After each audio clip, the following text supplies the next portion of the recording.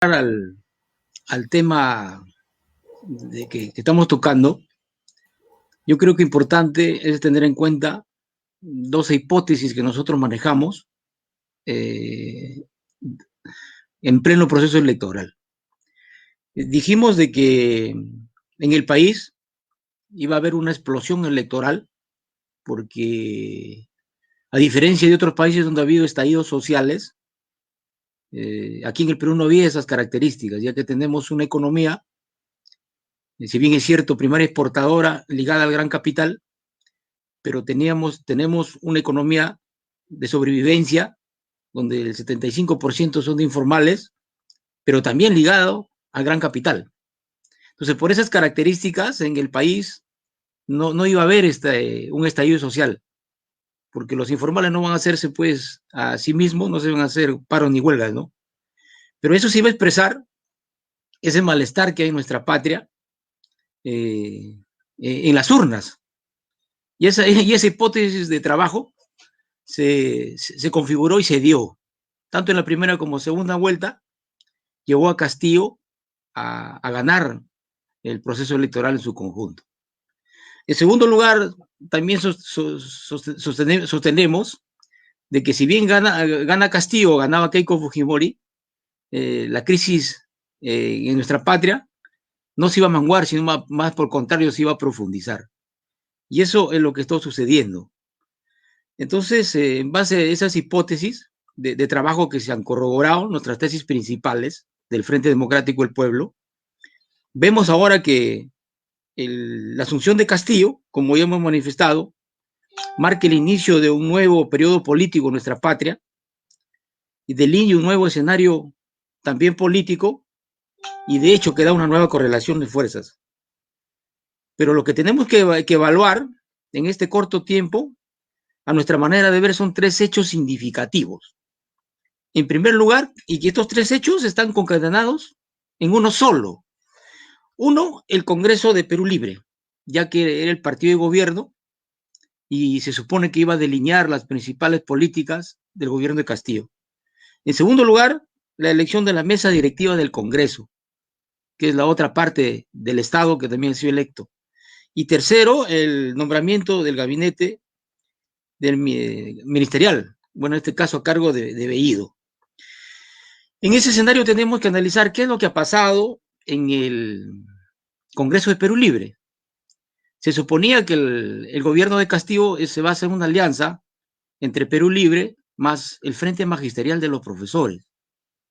Y se suponía que el Congreso de Perú Libre, aparte de dar los lineamientos que ha dado, de cambiar la constitución, cambiar el modelo, ha dado sus lineamientos orgánicos para cómo enfrentar las elecciones municipales y regionales del 22.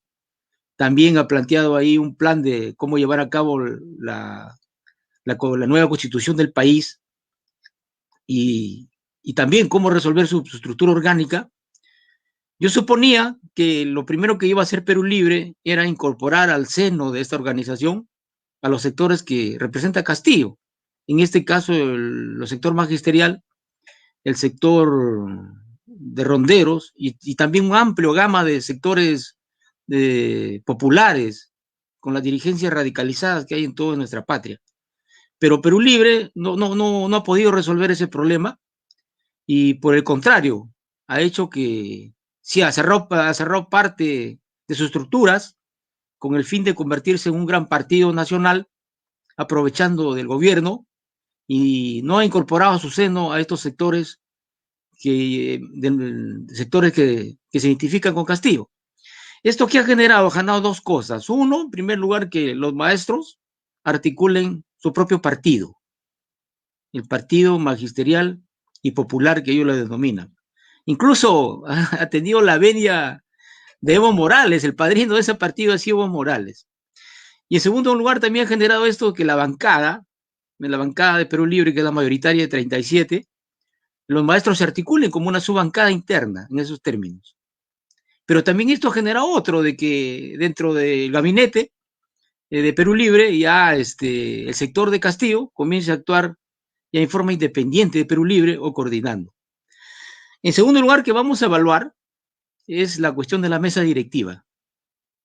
Bueno, a mí me parece que en cuanto a la mesa directiva, los cálculos planteados por Castillo y por Cerrón, en realidad fue una derrota en función de ello, porque la mesa directiva estaba amarrada en función también del gabinete. Si tú a la centro derecha le dabas espacio al gabinete, eso tendría una correlación indiscutiblemente dentro ya de la mesa directiva. Pero esto no sucedió. Incluso permitió que la centro derecha, con apoyo del fujimorismo, capturen el Congreso de la República. Pero esta captura también se debe a dos objetivos concretos, económicos y políticos. Hay que recordar que los que están en la mesa directiva, y en donde no está el fujimorismo, son los mismos que vacaron a Vizcarra. Está ahí APP, está Alianza por el Progreso y está también ahí Podemos y también Avanza País. Pero los tres primeros que de esta coalición y que el fujimorismo apoyó tienen intereses económicos, evidentemente. En primer lugar, ahí están los intereses, te digo, de las universidades privadas que se opusieron a la SUNEDO y al licenciamiento. Entonces, por intereses económicos de la cuestión universitaria, esa coalición ha capturado el Congreso.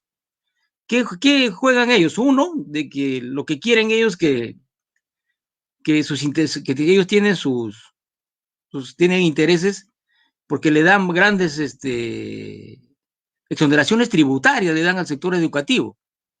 Y eso viene ya desde Fujimori.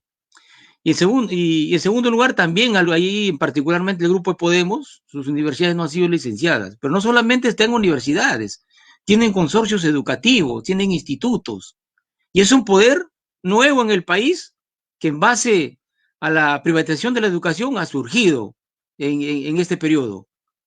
Y bueno, ellos se mascaran de emprendedores, ¿no? Pero es lo concreto. Y en segundo lugar, también porque te digo, esta misma coalición tienen gobiernos regionales y gobiernos locales.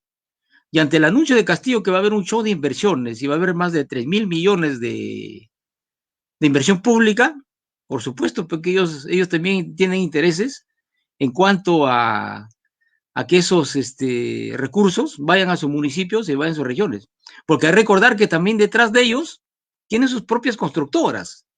Entonces, eso es lo que pasa, que por intereses económicos y políticos, ellos han capturado la mesa directiva. ¿Y cuáles son los intereses políticos? Recordemos que la segunda vuelta dejó al Perú polarizado en dos fuerzas, la izquierda y prácticamente la ultraderecha, y el centro en el proceso prácticamente se diluyó.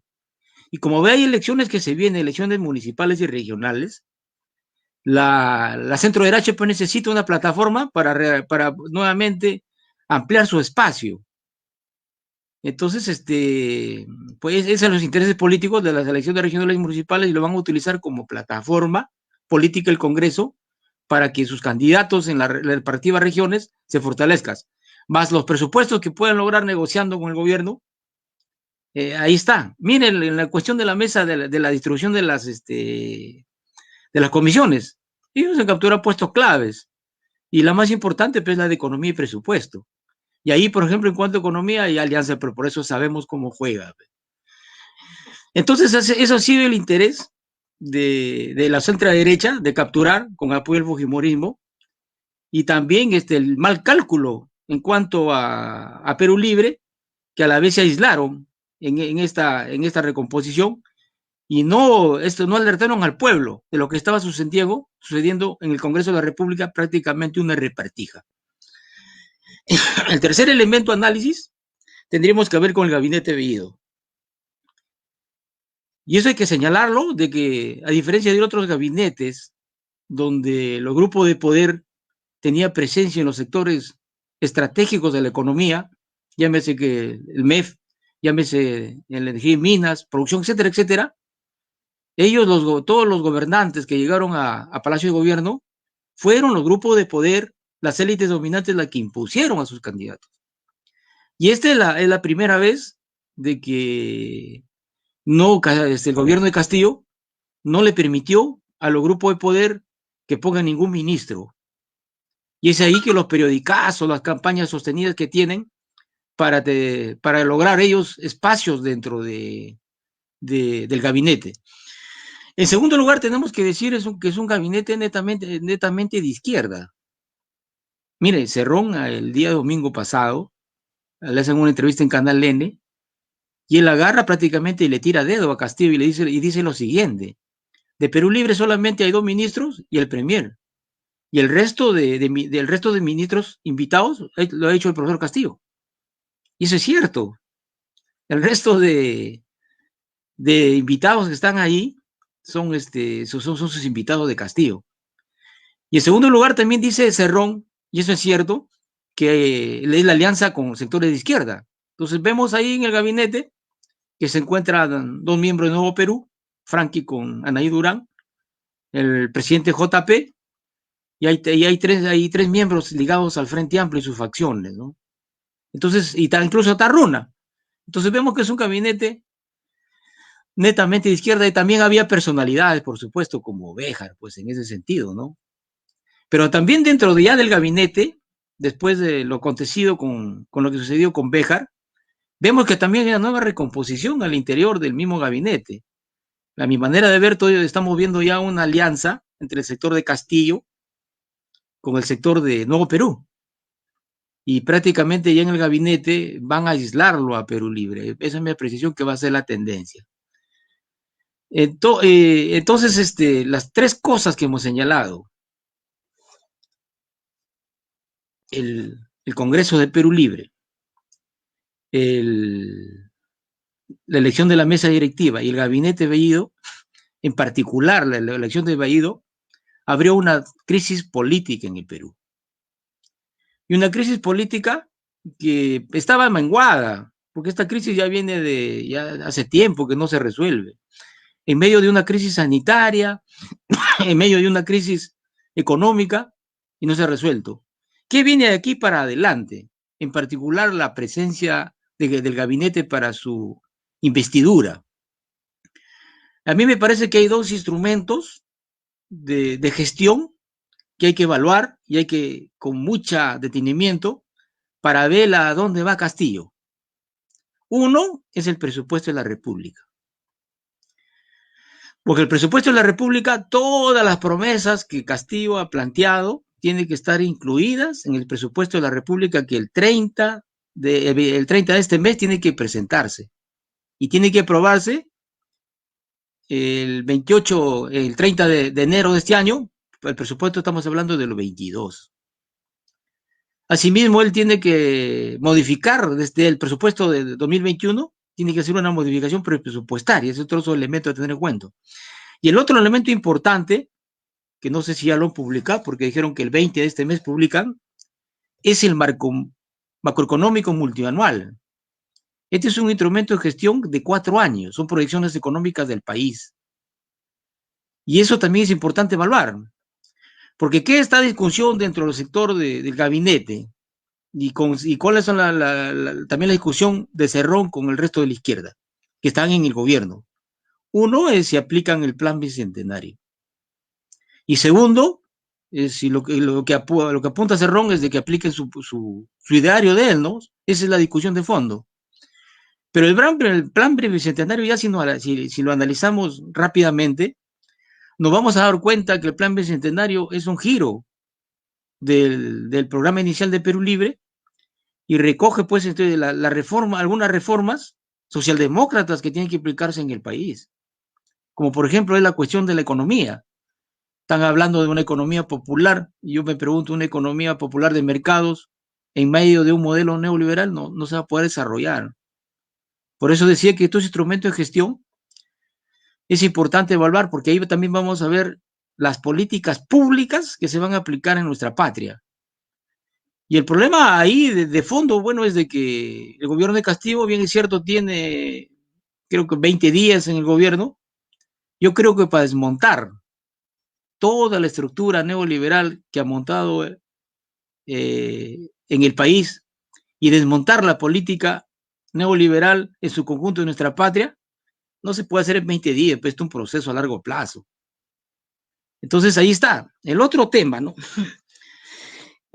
Lo más importante dijimos en el gabinete de Bellido, era la nominación de Béjar, porque Béjar representaba el giro de la política internacional del país y se abría a una cuestión más soberana, más regional y articulada. Pero justamente ahí ha sido uno de los grandes problemas que ha tenido Castillo y donde la clase dominante, pero no solamente aquí en el Perú, sino me parece a mí que Estados Unidos mismo, y en particular la Fuerza Armada y la derecha en su conjunto en el país, saltaron al cielo al suelo, pues, con eso el Grupo de Lima.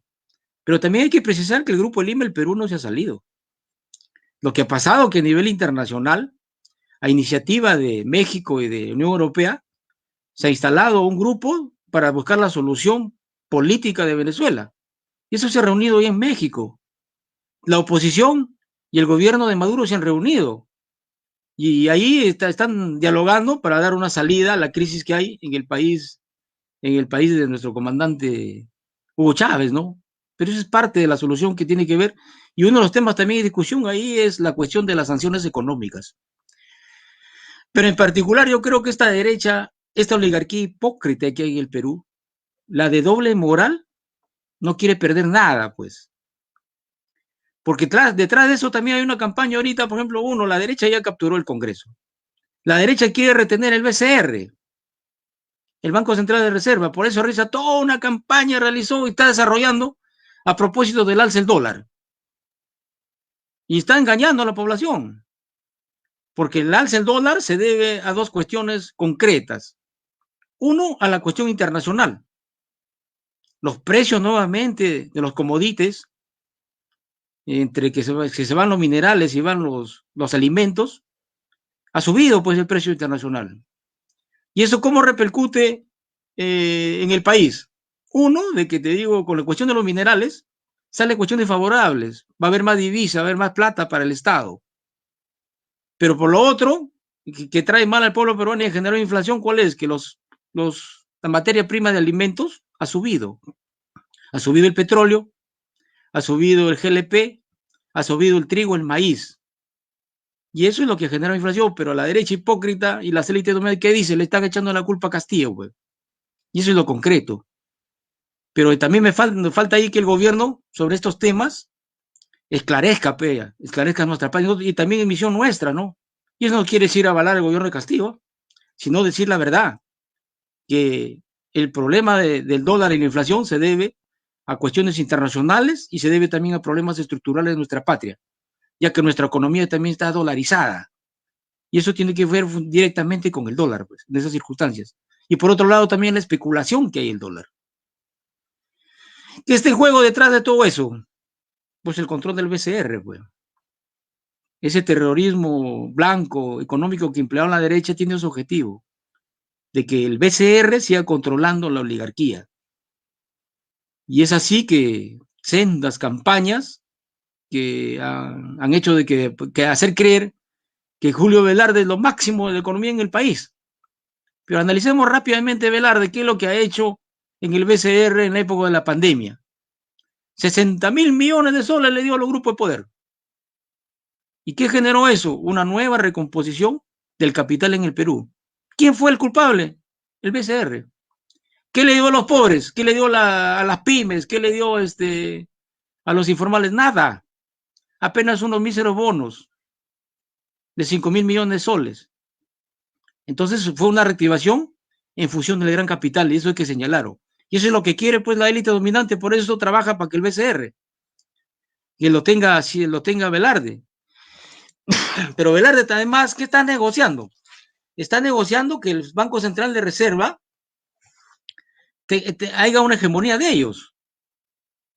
Por eso es que se reunió con María Antonieta Alba, no, María del Congreso de la República, y ¿qué le planteó ahí? Bueno, que los 3 directores, porque son 7 directores, 4 nombra el Ejecutivo y 3 el Congreso. Con él y los 3 del Congreso, donde hay mayoría de la derecha, tiene 4. Pero aún más, están negociando con Castillo porque el resto también de directores sean neoliberales. En conclusión, tendríamos ahí, eso es lo más peligroso que hay que señalar, un BCR con predominio neto neoliberal. Y hay que entender que el BCR fija las políticas monetarias, fija las políticas del cambio de las tasas del dólar y también ve la cuestión de las tasas de interés. Y el otro elemento importante es indudablemente para la economía del país, es el MEF. Entonces, se buscaría ahí una negociación entre el MEF y el BCR para que, te digo, las políticas económicas en el país puedan cambiarse. Entonces, ese es un escenario también difícil. Entonces, la derecha en todo este proceso te está desarrollando toda una campaña con tres aristas. Uno, tiene elementos concretos en los medios fácticos, por ejemplo, el Congreso de la República y los grupos de poder, incluso el BCR del control, y de las instituciones, de la SUNAT, incluso la Contraloría. Entonces, todo eso está inundado de derechistas. Y en segundo lugar, está también yendo a la calle. Y en tercer lugar, tiene la prensa concentrada y que puede desarrollar campañas. Entonces, ellos están jugando todo un trabajo de desestabilización de este gobierno. ¿Y qué está haciendo la izquierda y la derecha? Bueno, a mí me parece que están más preocupados, uno, por controlar el Estado, pues son 12 días, y ahí la disputa es quién nombra más ministros desde las tendencias que hay. Y ahí estamos viendo pues que están poniendo gente que no reúne los pergaminos para asumir al Estado. Y en segundo lugar está una campaña ya fracticida ahí por querer con las candidaturas para el 22, para los gobiernos regionales y locales. Pero la tarea principal yo creo que se están olvidando, ¿cuál es la del movimiento popular? Si tenemos un gobierno que se dice de izquierda, el protagonismo principal debe ser el movimiento popular. Y las organizaciones democráticas, progresistas que trabajamos en eso, yo creo que ahí está nuestra tarea central, de movilizar, de educar y politizar al movimiento popular y de organizarlos. Entonces yo creo que las tareas centradas están ahí, porque hay que entender que esta crisis, si bien es cierto, es corta, se ha desarrollado en estos pocos, ni siquiera un mes del gobierno de Castillo, pero este es el inicio, pues. Pero estamos asistiendo en el Perú al desenlace de predominio neoliberal. Se impone una salida autoritaria, fascista, y que la derecha y la élite de poder recapture el gobierno, porque los principales medios de producción los sigue teniendo la derecha y la élite de poder. Ese es el tema, si recaptura nuevamente el gobierno o se abre en el país una salida democrática, una salida popular de reformas. Porque también hay que precisar que nuestra patria, y eso hay que señalarlos a los iluminados, de que en el Perú estamos en una etapa de reformas. No estamos en una etapa de revolución.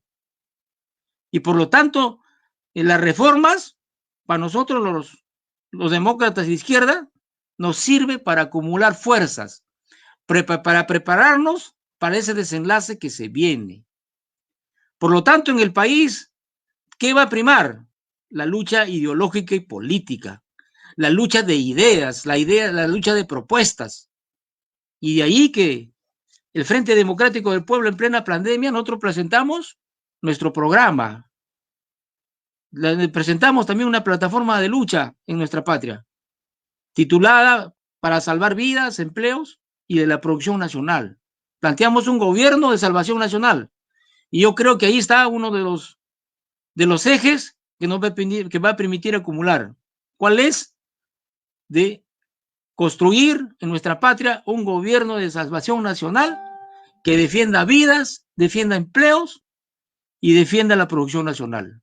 En medio de que se va a generar, que se está hablando ya de una tercera ola y se trata de seguir salvando vidas. En medio de que una reactivación vaya en función no de los grupos de poder, sino vaya en función de los pequeños empresarios, que vaya de los pequeños agricultores, de la agricultura familiar, y vaya en función de defender la producción nacional. Yo creo que esos son los retos que tenemos los progresista, la gente de la izquierda en nuestra patria, de acumulación de fuerzas para prepararnos para esos enlaces que se vienen. Esa sería mi primera mirada, compañero, muy agradecido.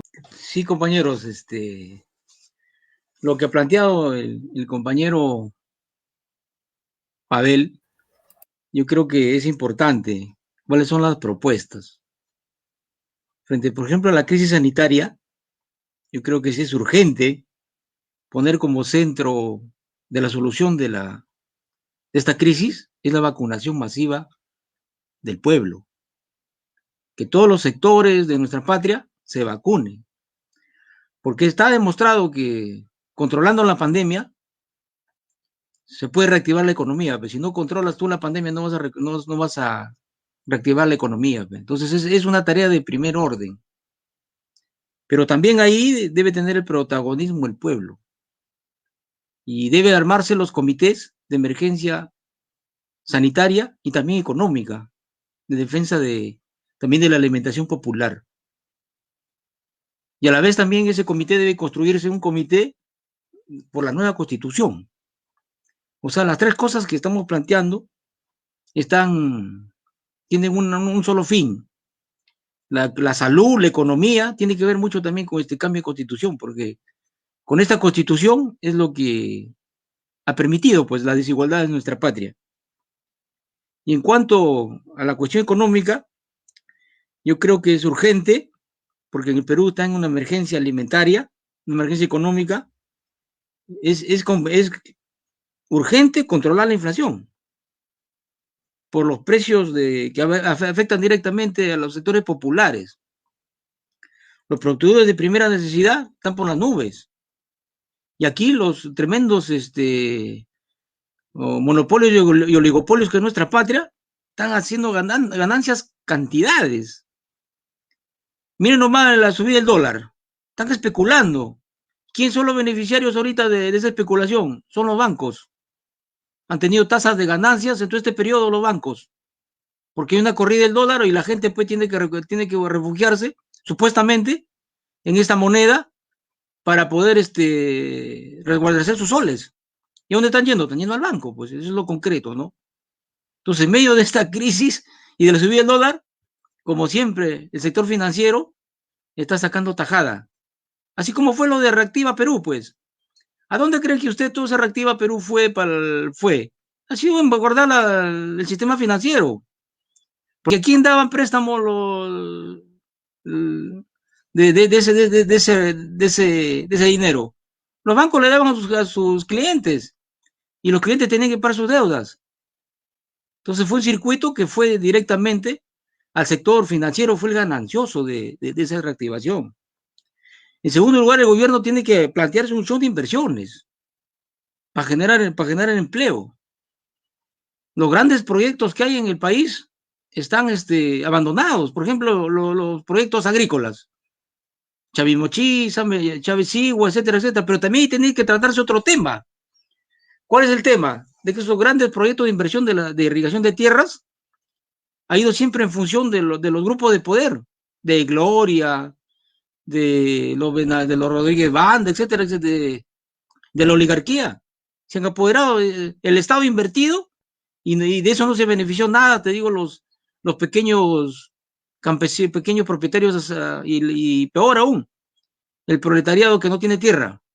Ese es otro tema también que hay que plantearle al gobierno de Castillo, que esos grandes proyectos de inversión vayan al sector más pobre, al sector que no tiene tierra. Asimismo, en el sector agrícola, la franja de precios es otro precio importante. Esa franja de precios el gobierno de Humala lo bajó. Por lo tanto, las tasas ellos vienen, a veces no pagan no pagan ningún arancel, cero, no entra nada al Estado. Y esa ganancia se va a los grupos de poder. Y en ese escenario también necesitamos la reactivación de las pymes, y como has dicho, el agro, porque eso va a permitir reactivar el empleo.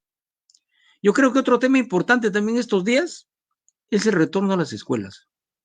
Y también se habla de otro tema importantísimo, ¿cuál es? El ingreso libre a las universidades. Pero eso yo creo que hay que analizarlo a fondo. Por ejemplo, el ingreso a las universidades en particular. va a afectar a las universidades, porque las universidades, ¿de qué viven de qué rentas viven? El Estado le da el 60% y el 40% es de recursos propios. ¿Dónde salen de recursos propios? Salen pues de los exámenes de admisión, salen de los CPUs, porque de la educación desde la misma universidad se está privatizando.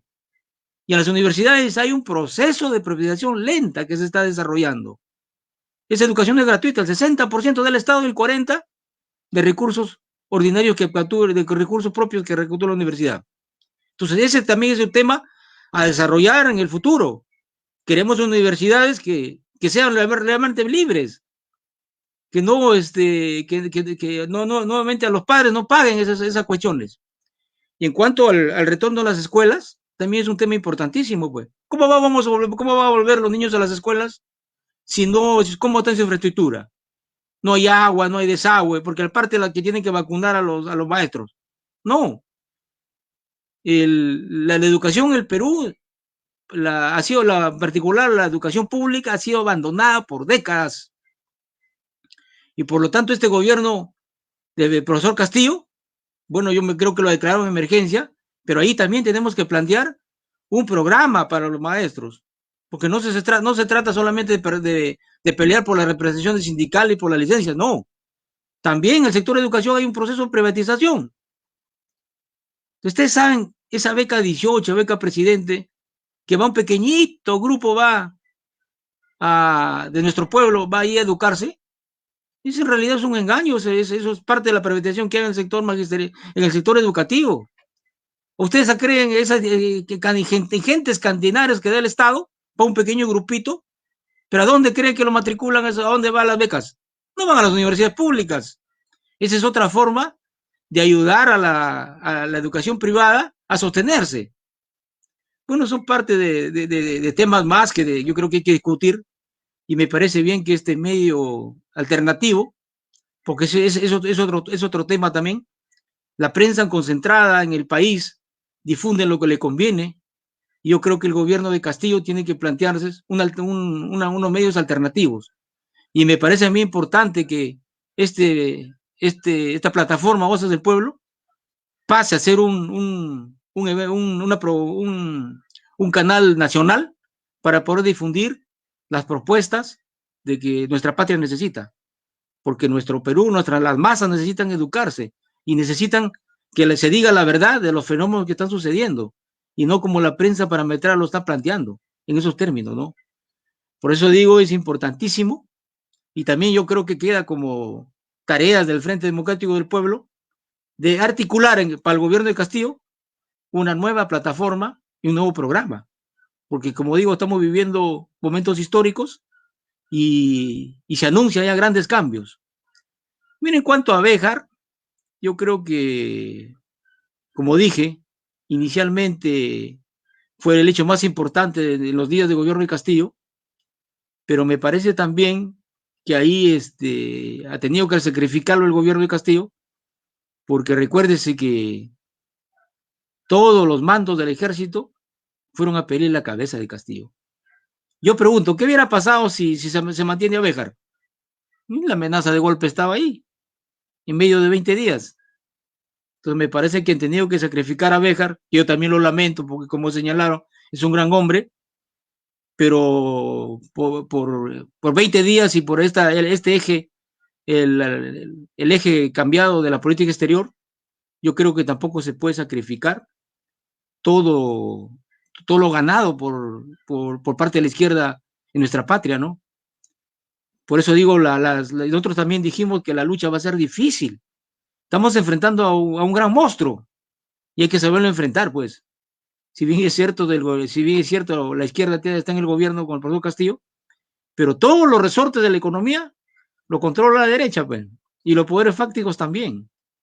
Y de esto que debe quedar como lección, que las Fuerzas Armadas se tienen que democratizar. A esos sectores termocéfalos que hay ahí, tienen que darlo de baja. Yo creo que eso también es tarea del gobierno de Castillo, ya que tiene el trato directo con las Fuerzas Armadas del país, ¿no? Y cambiar también su rumbo y su rol. Eso más o menos es mi apreciación, compañeros. Compañeros que nos están siguiendo por las redes sociales, y a todo el país. Yo creo que aquí en el país, como he dicho, estamos viviendo momentos históricos. El modelo primario exportador llegó a su límite, ya no resuelve la problemática que hay. Y esto tiene que ver con el cambio de constitución, el cambio de modelo. Y a mí me parece importante poner como eje central en nuestra patria el cambio de constitución. Pero hay que tomar también la experiencia del pueblo chileno. Fueron un proceso de 8 a 10 años y en las calles, con muertos, presos y heridos, lograron ese cambio en la Constitución. Esa es una gran lección. En nuestra patria recién se inicia este proceso, con la ventaja de que desde la presidencia de la República, el compañero Pedro Castillo está planteando el cambio de esta Constitución. Pero yo creo que queda como tareas central para el cambio de Constitución la organización, la movilización del pueblo. Y esto pasa, por primera instancia, de si plantear un referéndum. Si se trata de sacar miles de firmas, hay que hacerlo. Pero ¿dónde va a ser el desenlace final para el cambio de constitución? Va a ser en las calles, en el pueblo, tomando la experiencia chilena. Chile, toda la derecha dominaba el Congreso de la República. Y el pueblo en las calles logró que se convoque un referéndum. Entonces, me parece a mí que esa es la tarea central de organización, de educación y movilización del pueblo peruano. Y esa es la tarea que tenemos, de lograr una mayoría social en el pueblo y, de hecho, planteando las propuestas que nuestro país necesita. Resolver en este periodo la emergencia sanitaria para salvar vidas, la reactivación económica a favor del pueblo para salvar empleos y defender la producción nacional. Muy agradecido por esta entrevista, compañero.